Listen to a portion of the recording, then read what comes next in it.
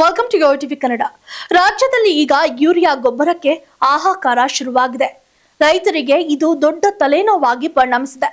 ಸರ್ಕಾರ ಹೇಳಿದಂತೆ ಪೂರೈಕೆ ಕೊರತೆ ಇಲ್ಲದಿದ್ರೂ ಗೊಬ್ಬರ ಯಾಕೆ ಸಿಗ್ತಿಲ್ಲ ಅನ್ನೋದು ದೊಡ್ಡ ಪ್ರಶ್ನೆಯಾಗಿದೆ. ಹಾಗಿದ್ರೆ ಇದರ ಹಿಂದಿರುವ ಅಸಲಿ ಕಥೆಯೇನು? ರೈತರ ಅತಿಯಾದ ಬಳಕೆ, ದಂಧೆಕೋರರ ಅಕ್ರಮ ದಂಧೆ ಅಥವಾ ವ್ಯಾಪಾರಿಗಳ ದಬ್ಬಾಳಿಕೆ ಇದಕ್ಕೆ ಕಾರಣವೇ? ಈ ಎಲ್ಲಾ ವಿಷಯಗಳ ಬಗ್ಗೆ ಕಂಪ್ಲೀಟ್ ಮಾಹಿತಿಯನ್ನ ನೋಡೋಣ ಬನ್ನಿ. ಹೌದು, ಯೂರಿಯಾ ಕೊರತೆಯು ಈಗ ರಾಜ್ಯದಲ್ಲಿ ದೊಡ್ಡ ಸಮಸ್ಯೆ ಆಗಿದೆ. ಕೃಷಿ ಇಲಾಖೆ ಹೇಳುವ ಪ್ರಕಾರ 1 ಎಕರೆಗೆ 3 ಚೀಲ ಯೂರಿಯಾ ಸಾಕಾಗುತ್ತೆ.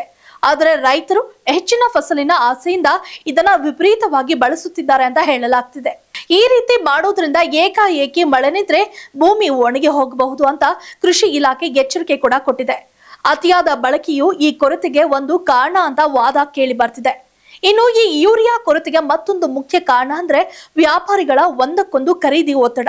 ಯಾಕಂದ್ರೆ ಯೂರಿಯಾ ಗೊಬ್ಬರದ ಮೇಲೆ ಕೇವಲ 266 ರೂಪಾಯಿ, ಆದ್ರೆ DAP ಗೊಬ್ಬರ 1200 ರೂಪಾಯಿಯಿಂದ 1300 ರೂಪಾಯಿಗೆ ಸಿಗುತ್ತೆ. ಸದ್ಯ ರೈತರ ಬಳಿ ಹಣ ಇಲ್ಲದಿರುವುದರಿಂದ ಯೂರಿಯಾ ಮಾತ್ರ ಕೇಳ್ತಾರೆ.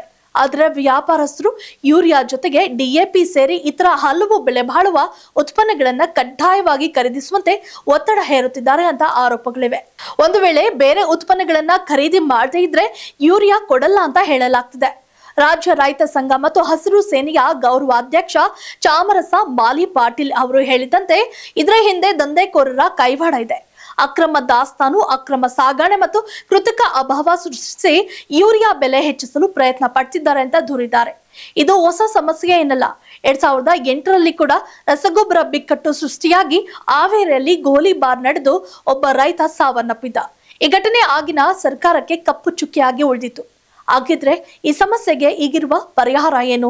ಮೊದಲನೇದು, ನ್ಯಾನೋ ಯೂರಿಯಾ ಬಳಕೆಯ ಬಗ್ಗೆ ರೈತರಿಗೆ ಸರಿಯಾದ ಮಾಹಿತಿ ಕೊಡಬೇಕು. ಇದು ಕಡಿಮೆ ಬೆಲೆಗೆ ಸಿಗುತ್ತೆ ಮತ್ತು ಕಡಿಮೆ ಪ್ರಮಾಣದಲ್ಲಿ ಬಳಸಿದ್ರೂ ಹೆಚ್ಚು ಪ್ರದೇಶಕ್ಕೆ ಹರಡುತ್ತೆ. ಕೃಷಿ ಇಲಾಖೆಯವರು ಪ್ರಾತ್ಯಕ್ಷಿಕೆಗಳನ್ನ ನಡೆಸಿ ರೈತರಿಗೆ ಇದರ ಬಗ್ಗೆ ತಿಳುವಳಿಕೆ ಮೂಡಿಸಬೇಕು. ಜೊತೆಗೆ ಅಕ್ರಮ ದಾಸ್ತಾನು ಮತ್ತು ಸಾಗಣೆ ಮಾಡುವ ದಂಧೆಕೋರರ ವಿರುದ್ಧ ಕಠಿಣ ಕಾನೂನು ಕ್ರಮವನ್ನ ಕೈಗೊಳ್ಳಬೇಕು. ಒಟ್ಟಿನಲ್ಲಿ ರಾಜ್ಯದಲ್ಲಿ ಯೂರಿಯಾ ಕೊರತೆ ಅನ್ನೋದು ಕೇವಲ ಪೂರೈಕೆ ಸಮಸ್ಯೆ ಅಲ್ಲ. ಇದು ರೈತರಿಗೆ ಅಧಿಕ ಬಳಕೆ, ವ್ಯಾಪಾರಿಗಳ ದಬ್ಬಾಳಿಕೆ ಮತ್ತು ಅಕ್ರಮ ದಂಧೆಗಳ ಫಲಿತಾಂಶ. ಸರ್ಕಾರ ಕೂಡಲೇ ಈ ಎಲ್ಲಾ ಸಮಸ್ಯೆಗಳತ್ತ ಗಮನ ಹರಿಸಿ ರೈತರಿಗೆ ಸಹಾಯ ಮಾಡಬೇಕು. ಇಲ್ಲವಾದ್ರೆ ಬೆಳೆ ಹಾಳಾಗಿ ರೈತರ ಸ್ಥಿತಿ ಮತ್ತಷ್ಟು ಶೋಚನೀಯವಾಗುತ್ತದೆ. If you like this video, ಬೇಗ ಲೈಕ್ ಮಾಡಿ, ಕಾಮೆಂಟ್ ಮಾಡಿ, ಶೇರ್ ಮಾಡಿ ಹಾಗೂ ಯೋಯೋ ಟಿವಿ ಕನ್ನಡವನ್ನು ಸಬ್ಸ್ಕ್ರೈಬ್ ಮಾಡಿ.